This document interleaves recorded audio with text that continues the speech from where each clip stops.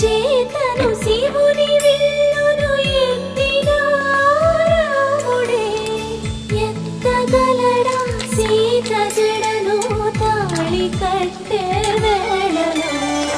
రామ చక్కని సీతకి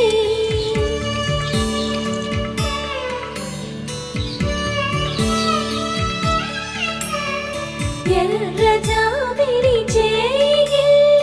రాముడేడని అడుగుతుంటే చూడలేదని పెదవి చెప్పే చెప్పలేమని కనులు చెప్పే నల్ల పూసై